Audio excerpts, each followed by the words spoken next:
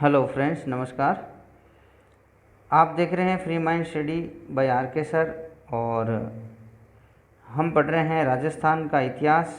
आज चौहान राजवंश से रिलेटेड पूरा हम उसकी हिस्ट्री क्या रही, कितनी शाखाएं हैं, ये सब हम डिटेल से पढ़ेंगे। और उसके बाद हम अजमेर के चौहान राजवंश को स्टार्ट करेंगे। और ये मेरा पूरा वीडियो हैंड रिटन नोट्स जो मेरे खुद के द्वारा तैयार किया गया है, इसमें मैंने सभी महत्वपूर्ण बिंदु जो परीक्षा की दृष्टि से महत्वपूर्ण रहते हैं या कोई भी एग्ज़ाम हो राजस्थान का जिसके अंदर अजमेर का चौहान या फिर चौहान की कितनी शाखाएं हैं चौहान राजवंश की, वो सभी की सभी मैं आपको इस सीरीज़ के अंदर मैं पढ़ूँगा। आप इस वीडियो को अच्छे से देखिए बिना स्किप किए और अपने नॉलेज को बढ़ाइए। अगर आपको अच्छा लगता है तो लाइक कीजिए, कमेंट कीजिए और चैनल पर नए होने पर सब्सक्राइब कीजिए। चलिए स्टार्ट करते हैं।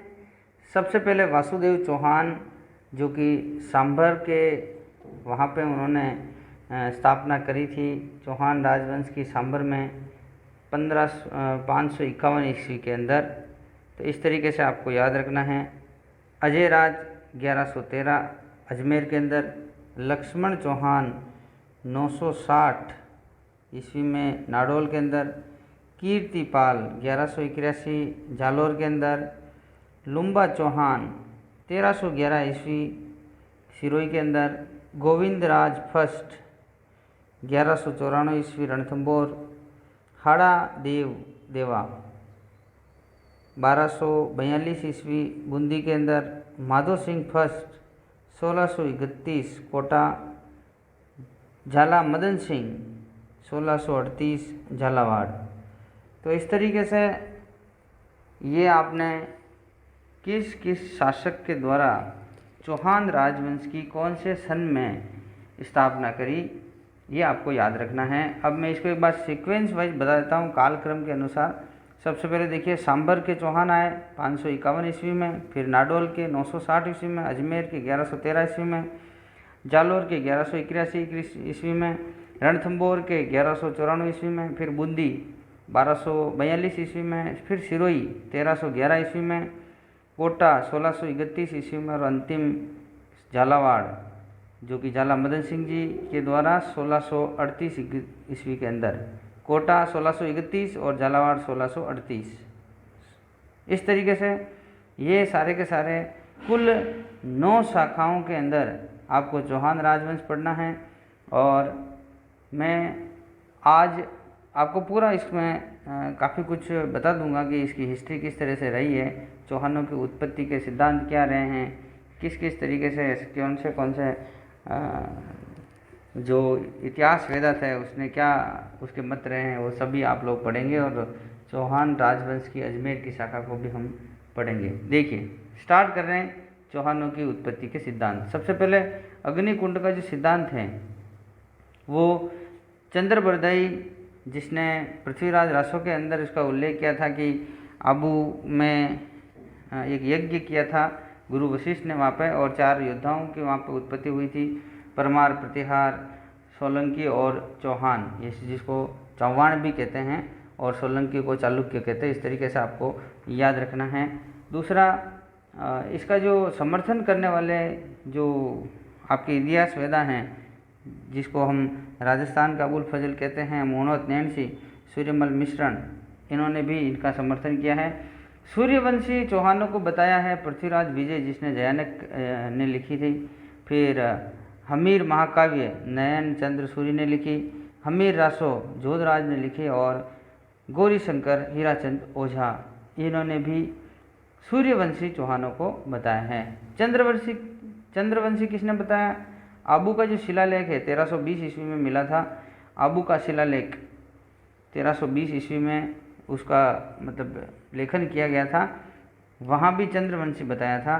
फिर हांसी का जो शिलालेख है 1177 का, उसमें भी चंद्रवंशी बताया। अब वत्स गोत्रीय चौहान किसने बताया? डॉक्टर दशरथ शर्मा। और बिजोलिया का जो शिलालेख है, भिलवाड़ा बिजोलिया शिलालेख 1170 वाला, उसके अंदर चौहानों को वत्स गोत्रीय बताया। विदेशी किसने बताया? Colonel जम्पस्टॉट, V.A.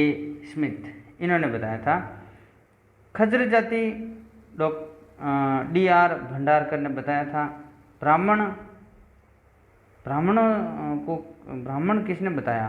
देखिए, कायम खा रासो और चंद्रावती का जो लेख है उसके अंदर चौहानों को ब्राह्मण बताया गया। आगे देखिए, वशिष्ठ की संतान, ये काफ़ी इम्पोर्टेंट हैं। वशिष्ठ की संतान कहाँ से हैं? सुंदा माता अभिलेख, जहाँ पे राजस्थान का पहला रोप लगाया गया सुंदा माता जालोर के अंदर, तो वहाँ से इसका उल्लेख मिलता है। अग्निवंशी किसने बताया? जो जितने भी भाट और चारण कवि रहे हैं, जैसे भाट में आपके चंद्रबरदई और चारण सूर्यमल मिश्रण जो थे, इन्होंने अग्निवंशी या फिर अग्निकुंड का सिद्धांत दिया था। तो इस तरीके से वहाँ से इसके उल्लेख मिलते हैं। आगे देखते हैं कि चौहानों का जो मूल स्थान कहाँ से हैं, चौहान कहाँ के हैं, मूल निवासी कहाँ के हैं, तो इस तरीके से आपको आना चाहिए। देखिए, सांभर के चौहान, इसका जो उल्लेख है बिजोलिया के शिलालेख से मिलता है। प्रबंध कोश जो राजशेखर के द्वारा लिखा गया है, वहाँ से भी ऐसा बताए जाते हैं कि सारे चौहान जो हैं सांभर से रिलेटेड हैं। सांभर को पहले सपादलक्ष कहा जाता था, यानी कि 1.25 लाख गाँवों का क्षेत्र। सपादलक्ष का मतलब 1.25 लाख गाँवों का क्षेत्र। ऐसे ये जांगल प्रदेश की राजधानी थी, जिसको अहिछत्रपुर, अहि का मतलब नाग, अहिछत्रपुर, नागौर ऐसे कह सकते हैं। जांगल प्रदेश यानी बीकानेर की राजधानी, ऐसे आपको याद रखना है। पहली बात तो थी सांभर के चौहान। दूसरा, अनंत प्रदेश के किसने बताया? जैसे हर्षनाथ का जो अभिलेख है 973 ईस्वी में जो उसका उल्लेख किया गया था, उल्लेखन किया गया या फिर लेखन किया गया था, तो ये अनंत प्रदेश यानी सीकर का, उससे हर्षनाथ वहीं के हैं, हर्षनाथ की पहाड़ी, इस तरीके से आपको याद रखना है। वहाँ का जो शिलालेख है या वहाँ से अभिलेख मिला है, वहाँ से उल्लेख मिलता है कि अनंत प्रदेश के सारे चौहान रहे हैं। दूसरा, पुष्कर, अगर कोई मूल स्थान पुष्कर बताता है चौहानों का, तो वो कहाँ के या फिर कौन बताता है? हमीर महाकाव्य, नयन चंद्र सूरी के द्वारा इसकी रचना करी गई थी, हमीर महाकाव्य। उसके अंदर ऐसा बताया गया है कि जो चौहान थे उनका मूल स्थान पुष्कर रहा है। दूसरा, सुरजन परिचरित के द्वारा ऐसा बताया जाता है कि चौहानों का मूल स्थान पुष्कर था, ऐसा आपको याद रखना है। अब हम जो चौहान राजवंश अजमेर का जो चौहान है उसको हम पूरा डिटेल से पढ़ते हैं। देखिए, सबसे पहले चौहान शासक वासुदेव, वासु कोई आदि पुरुष माना जाता है। देखिए, चौहानों या फिर चौहान वंश का संस्थापक इसी को कहते हैं, आदि पुरुष भी इन्हीं को कहते हैं, मूल पुरुष भी इन्हीं को कहते हैं। इनका समय जो रहा है वो 551, यानी कि आपको याद रखना है कि किसी भी नए काम को शुरुआत करते हैं तो उसमें 0 नहीं लगाते हैं, हम 1 हमेशा लगाते हैं। जैसे 100 की जगह हम 101 करते हैं, 50 की जगह 51 करते हैं। इसी तरीके से जैसे 550 नहीं करके 551 ईस्वी, ऐसे याद रखना है। ऐसे मैं रिलेट करके बता रहा हूँ, बाकी आप किसी भी तरीके से याद रख सकते हैं। समय याद रखना है 551 ईस्वी में ऐसा बताया गया कि चौहानों का शासक वासुदेव जी थे, जिन्होंने इसकी चौहान राजवंश की स्थापना करी थी, इसके संस्थापक रहे थे। इनका स्थान जो है सांभर, जयपुर के अंदर रहा। और सांभर झील का जो ये उल्लेख बिजोलिया शिलालेख का में निर्माण में इस तरीके से बताया गया है। झयानक और पृथ्वीराज विजय जो विद्याधर के द्वारा लिखी गई थी, यह सांभर झील को भेंट की थी, इस तरीके से बताया गया है। आगे देखिए, अब हम आगे बढ़ते हैं। दुर्लभ राज, देखिए दुर्लभ राज के बारे में पढ़ते हैं। प्रतिहार राजा वत्सराज के ये सामंत हुआ करते थे। कौन? दुर्लभ राज। और चौहान प्रतिहारों के सामंत शुरुआत से रहे थे, क्योंकि चौहानों के वहाँ पे कन्नौज का जो संघर्ष रहा है, क्योंकि 3 जगह से कन्नौज बीच में था और 3 तरफ तो थे, एक तो पाल थे, दूसरी तरफ प्रतिहार थे और तीसरी तरफ दक्षिण भारत में राष्ट्रकूट थे। ये राष्ट्रकूट और प्रपाल और प्रतिहार तीनों मिलकर कन्नौज के ऊपर आक्रमण करना चाह रहे थे। तो ये जो संघर्ष रहा था उस टाइम में दुर्लभ राज ने ही आपके इस तरीके से संघर्ष में उन्होंने भी पार्टिसिपेट किया था। आगे देखिए, गुवक प्रथम, किसके बारे में पढ़ रहे हैं हम? गुवक। हर्षनाथ मंदिर जो सीकर के अंदर हैं उसका निर्माण गुवक प्रथम ने करवाया था। कभी आपको से क्वेश्चन पूछा जाए कि गुवक प्रथम के द्वारा या फिर हर्षनाथ मंदिर का निर्माण किसके द्वारा किया गया था, तो आपको याद रखना है गुवक फर्स्ट, जो कि अजमेर का चौहान था।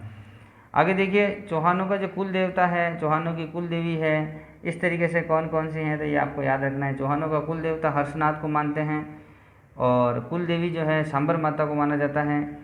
फिर शेखावटी के जो चौहान हैं उनकी कुल देवी जीर्ण माता है, ये अलग है। और सोनगरा चौहान जो जालोर के हैं उनकी आशापुरा माता, ऐसा माना गया है कि ये उनकी कुल देवी रही हैं। आगे देखिए, अब गुवक फर्स्ट के बारे में पढ़ा कि ये इसने हर्षनाथ मंदिर का स्थापना करी। तो अब गुवक सेकंड की भी बात कर लेते हैं। देखिए, नागभट्ट फर्स्ट जो हमने प्रतिहार राजवंश के अंदर पढ़ा था, ये नागभट्ट सेकंड के समय सामंत थे। कौन? गुवक सेकंड, ऐसे रिलेट करके याद रखिए।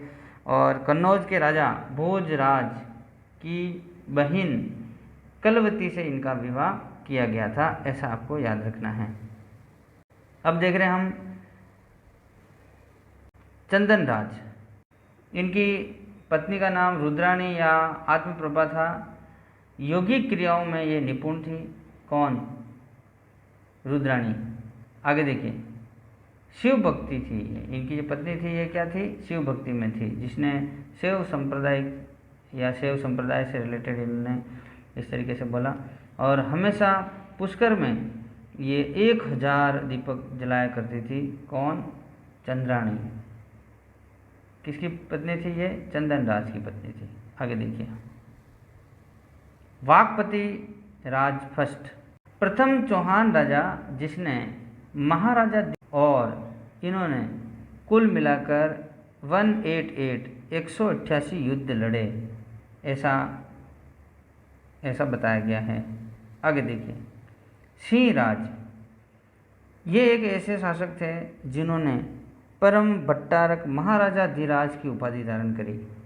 अगर आपसे क्वेश्चन पूछा जाए कि चौहानों के शुरुआती दौर के जो राजा थे या शासक थे उनमें से किसने परम भट्टारक महाराजा धीराज की उपाधि धारण करी सर्वप्रथम, तो याद रखना है सिंह राज ने।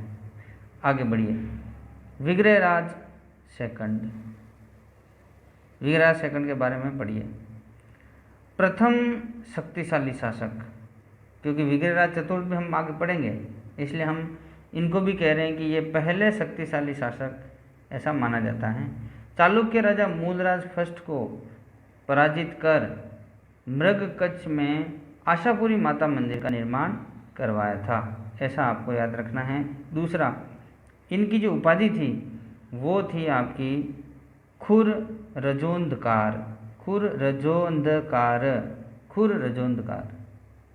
अब पढ़ रहे हैं हम गोविंद थर्ड, गोविंद थर्ड, इनकी उपाधि थी वेरी घट। क्या? वेरी घट, ये क्वेश्चन एग्जाम में पूछा गया था। गोविंद थर्ड की उपाधि क्या थी? वेरी घट। अब वाघपति राज फर्स्ट के बारे में आपने पढ़ा और उन्होंने महाराजा की उपाधि सर्वप्रथम धारण करी थी और उन्होंने 188 युद्ध लड़े। अब पढ़िए हम वाघपति राज द्वितीय या सेकंड, मेवाड़ के राजा अंबा प्रसाद की इन्होंने हत्या कर दी। कौन? वाघपति राज सेकंड ने महाराजा मेवाड़ के जो राजा थे अंबा प्रसाद, इनकी हत्या कर दी, ऐसा आपको याद रखना है। अब पढ़ेंगे हम पृथ्वीराज फर्स्ट। देखिए, पृथ्वीराज फर्स्ट, सेकंड, थर्ड, क्योंकि पृथ्वीराज थर्ड को हमने बहुत अच्छे से पढ़ना है, तो यहाँ पे पृथ्वीराज फर्स्ट के बारे में भी थोड़ा सा आपको पढ़ लेना है कि इसकी क्या जानकारी मिलती है। सोमनाथ मंदिर के यात्रियों के लिए निःशुल्क भोजन की व्यवस्था की इन्होंने। याद रखना है, सोमनाथ मंदिर के लिए यात्रियों के लिए निःशुल्क भोजन की व्यवस्था किसने करी? पृथ्वीराज फर्स्ट ने। तुर्क आक्रमणकारियों का डटकर इन्होंने मुकाबला किया था। दूसरा, अजय राज को अपना साम्राज्य सौंप दिया और अजमेर के संस्थापक बन गए। कौन? अजय राज। अजय राज ने अजमेर की स्थापना करी थी 1113 इस तरीके से आपको याद रखना है 1113 ईस्वी के अंदर। अब हम आगे पढ़ेंगे। और पृथ्वीराज फर्स्ट थे, इनकी उपाधि के बारे में पढ़ लीजिए आप लोग। परम भट्टारक महाराजा धीराज की उपाधि धारण की थी और ये भी शैव संप्रदाय से संबंधित थे। इस तरह से आपको पृथ्वीराज फर्स्ट के बारे में याद रखना है। अब हम पढ़ेंगे अजयराज सेकंड। इनका कार्यकाल जो रहा था 1113 से 1133 ईस्वी तक, क्योंकि इन्होंने अजमेर की भी स्थापना करी थी, तो आपको याद रखना है अजमेर के संस्थापक 1113 ईस्वी में अजयराज सेकंड। इन्होंने राजधानी जो है अजमेर को बनाया था, और अजमेर को राजधानी बनाने वाले जो शासक थे वो अजयराज थे, ऐसा आपको याद रखना है। दूसरा, इन्होंने दुर्ग का भी निर्माण करवाया था। उस दुर्ग का नाम है अजयमेरु दुर्ग, तारागढ़, गढ़बीठली या जिब्राल्टर दुर्ग के नाम से भी हम उसको जानते हैं। दूसरा, अजय देव द्रुम इस नाम से चांदी और तांबे का मिश्रण का सिक्का चलाया था, और अजय देव द्रुम पर चित्र जो अंकित था वो रानी सोमलवती या सोमलेखा लक्ष्मी का उल्लेख मिलता है, ऐसा इसमें आपको याद रखना है।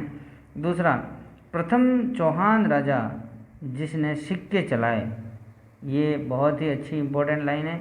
ऐसे इससे पहले किसी ने भी सिक्के नहीं चलाए थे, ऐसे कोई भी शासक नहीं रहे थे जिसने सिक्के चलाए, तो आपको याद रखना है अजयराज सेकंड ने चांदी प्लस तांबा दोनों का मिश्रण का सिक्का चलाया ऐसे। अब देखिए, अजमेर पर जो है गजनी के मतंगों को पराजित किया था अजमेर से इसने। दूसरा, तुर्क शिहाबुद्दीन को भी पराजित किया था। आगे देखिए, इधर श्रीपंत जो बयाना भरतपुर के अंदर यहाँ से मथुरा तक इन्होंने अपना साम्राज्य स्थापित किया था। मालवा के नरवर्मन को भी इन्होंने हराया था, ऐसा आपको याद रखना है। दूसरा, चालुक्यों को भी इन्होंने पराजित किया था। फिर जो आपको याद रखना है कि मालवा का नरवर्मन को हराया था, तो उस टाइम में जो वहाँ का सेनापति सुलहना था उसको घोड़े की पीठ पर बांधकर अजमेर लाए थे, ऐसा आपको याद रखना है।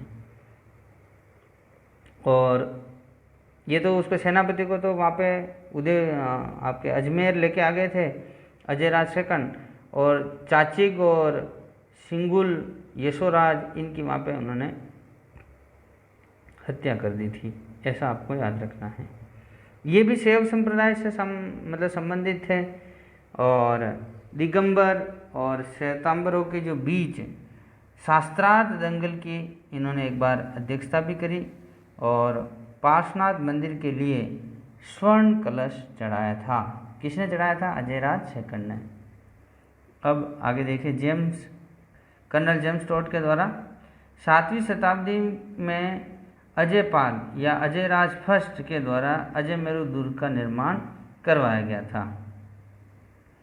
आगे देखिए, अजयराज सेकंड के बारे में जब ये अपने अंतिम दिनों में थे, तो ये अंतिम दिनों में पुष्कर जी चले गए थे और अपना साम्राज्य अपने पुत्र अर्णोराज को, या अर्णोराज कह सकते हैं या आना जी कह सकते हैं, उनको ये अपना साम्राज्य सौंप कर ये कहाँ चले गए? पुष्कर चले गए। अब हम आगे पढ़ेंगे अर्णोराज या आना जी। देखिए, इनका शासनकाल का समय 1133 से लगाकर 1153 ईस्वी तक, और ये अजयराज सेकंड के पुत्र थे, और इन्होंने आना सागर झील का निर्माण करवाया था 1133 से 1137 ईस्वी तक, 33 से लगाकर 37 ईस्वी तक। इन्होंने आना सागर झील का निर्माण क्यों करवाया, उसके पीछे कारण है, क्योंकि तुर्कों को आपके अजयराज सेकंड ने हराया था। तुर्क जो शिहाबुद्दीन था उसको वहाँ से पराजित किया था, तो वहाँ पे क्या हुआ कि काफ़ी ज़्यादा रक्त बह गया था, उस जगह में काफ़ी ज़्यादा रक्त फैल गया था। तो उस रक्त को, खून को साफ करने के लिए आना सागर झील का निर्माण किया गया था। ऐसा हम कह सकते हैं कि तुर्कों के रक्त को साफ करने के लिए आना सागर झील का निर्माण किया गया। अब कैसे किया गया कि जो चंद्रा नदी या बांडी नदी जो है उसको उसका पानी को रोक कर आना सागर झील का निर्माण किया था। अब आना सागर झील के सामने समय बीतने के बाद जब भारत के अंदर मुग़लों का साम्राज्य था, उस टाइम में जहांगीर और शाहजहाँ ने भी कुछ योगदान दिया था निर्माण का। तो जहांगीर ने दौलत बाग, जो आज की तारीख में सुभाष उद्यान के नाम से जाना जाता है, उसका निर्माण किया था, और शाहजहाँ ने वहाँ पर 12 दरी का निर्माण किया था। इस तरह से आपको याद रखना है। आगे देखिए, जो अर्णोराज थे उन्होंने पुष्कर के अंदर वराह मंदिर का निर्माण करवाया था, क्योंकि वराह मंदिर जो है वराह मंदिर का निर्माण करवाया था, लेकिन वराह मंदिर का जो पुनर्निर्माण करवाने का जो कार्य है वो मेवाड़ के समर सिंह के द्वारा किया गया था, ऐसा आपको याद रखना है। फिर जो आना जी या अर्णोराज ने वराह मंदिर का निर्माण पुष्कर के अंदर करवाया, जब मुग़ल के अंदर जहांगीर था उसने वहाँ की मूर्ति को वहाँ से उठा के पानी में फेंक दिया, ऐसा आपको याद रखना है।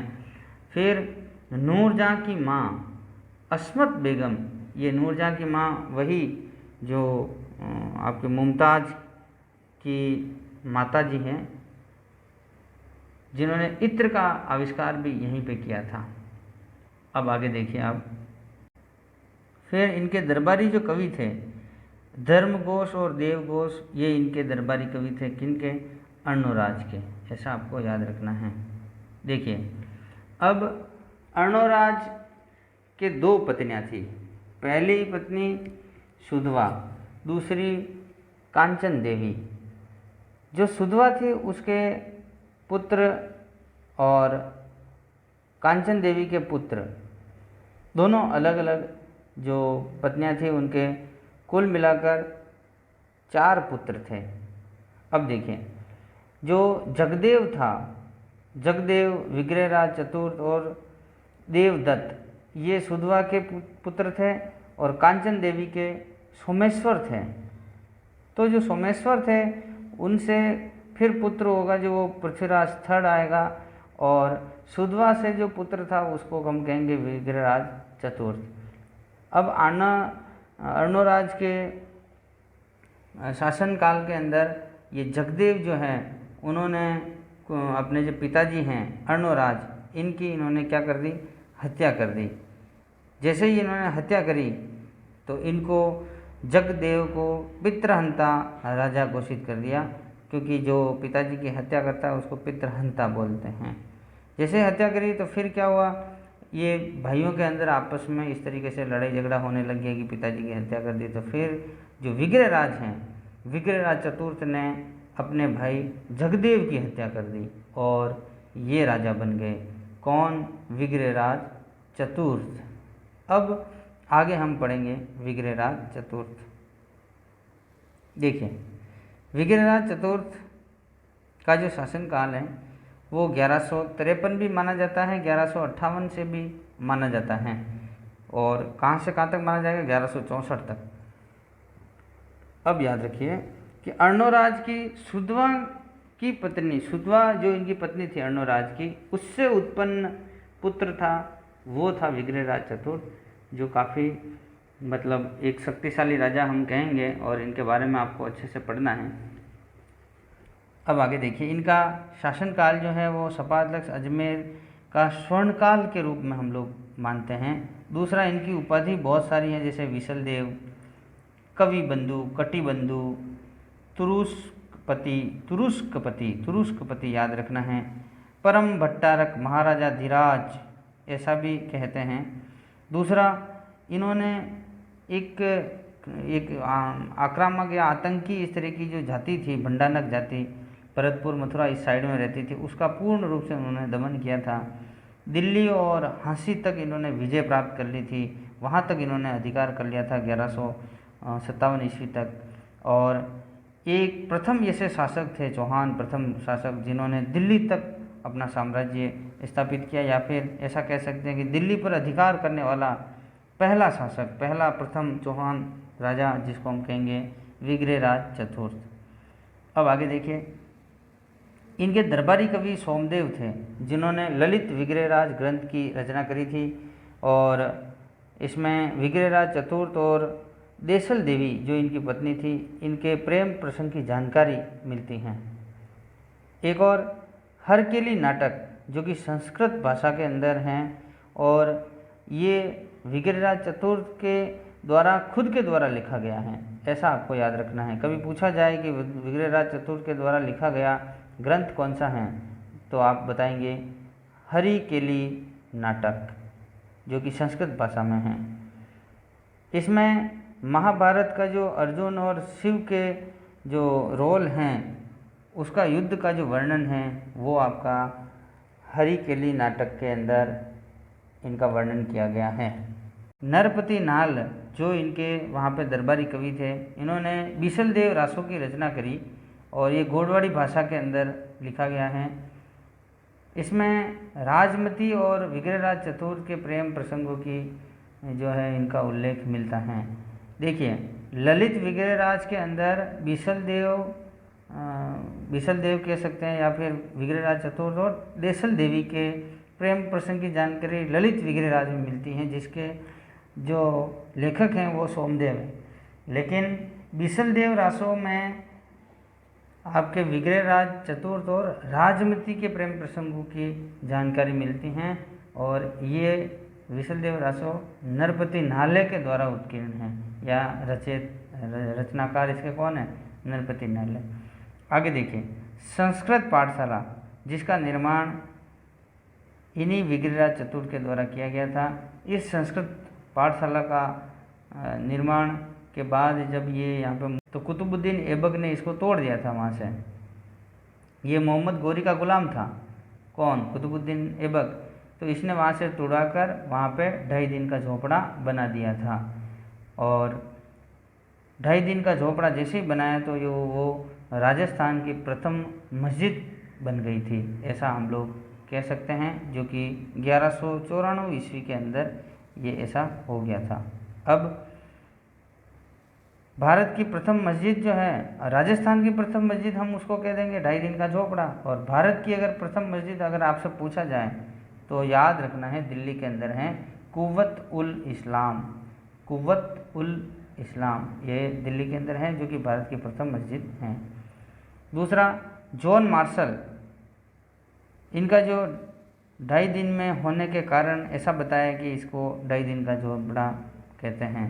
लेकिन पर्सी ब्राउन, इन्होंने पंजाब साहब का 2.5 दिन का उर्स लगने के कारण इसको 2.5 दिन का झोपड़ा बोला जाता है। दूसरा, विग्रहराज चतुर्थ ने बिसलपुर बांध का निर्माण करवाया। सबसे इम्पोर्टेंट बात आपको याद रखनी है, बिसलपुर बांध का निर्माण किसने करवाया, विग्रहराज चतुर्थ ने। आगे देखिए, महादेव मंदिर का भी वहाँ पे निर्माण करवाया था।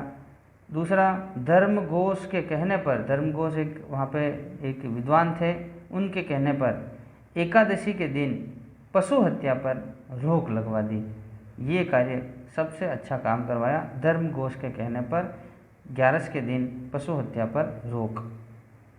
ये अब हमने यहाँ तक पूरा पढ़ा।